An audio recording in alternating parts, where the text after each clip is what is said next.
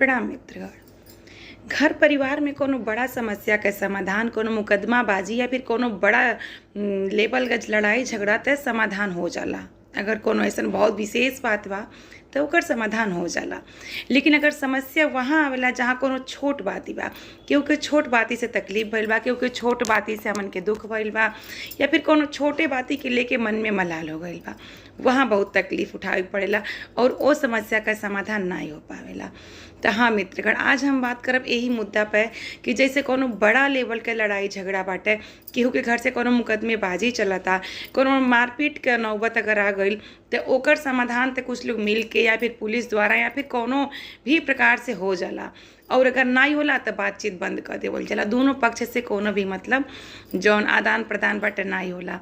लेकिन बहुत बड़ी समस्या एक जगह आवेला कि जौन कोनो बात हमन के घर में, कोनो हमन के रिलेटिव से, हमन के परिवार के सदस्य से या फिर कोनो खून के रिश्ता वाले से कोनो हमन के बाती के लेके तकलीफ हो जाला।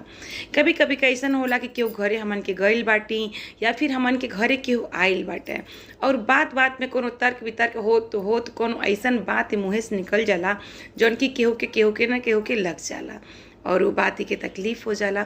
वो अपनियों पक्ष के हो सकेला, वो दूसरे वाले पक्ष के भी हो सकेला।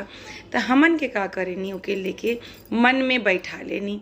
छोटी सी बात है तब वो कर गांठ बांध लेवा और वो धीरे धीरे धीरे धीरे एक नासुर बन जाई और वो पता नहीं कितना साल तक मन में पलत रही। और बहुत सालों बाद यो हो सकेला कि कभी वो बाती के चर्चा होखे तो बहुत सारा चीज़ एक साथे ब्लास्ट हो जाला। ऐसे का होला कि बहुत बड़ा गंभीर समस्या पैदा हो जाला। धीरे धीरे का होला कि वो व्यक्ति से हमन के संबंध खत्म भी नहीं कर सकेनी, चूँकि कोनो बहुत ही क्लोज रिलेटिव रहे ना या फिर अपनिया घर के केहू रह जाला, कोनो बड़ चाहे छोट केहू भी हो सकेला। तो एक बात ही का यह समाधान है कि अगर कहू से भी हमन के दुश्मनी का मतलब केहू से भी अगर हमन के बातचीत वाली जौन समस्या उत्पन्न भइल बाटे, केहू के कुछ कहले से केहू लग गइल बाटे, केहू के कुछ तकलीफ हो गइल बा, तो ये बाती के चर्चा अन्य लोगन से न कह के वही व्यक्ति से करे के चाहिए। हम कई बार अपने साथ जौन भी हम बनावत बाटी वीडियो इनमें हम बोलू चुकल बाटी कि अगर जैसे समस्या है तैसे बात करे के चाहिए। हमन के का करेनी, वो समस्या के लेके मन में रहल करी कि वो हमन के बहुत घनिष्ठ आ गई तैसे उस समस्या के बारे में चर्चा कर देवे।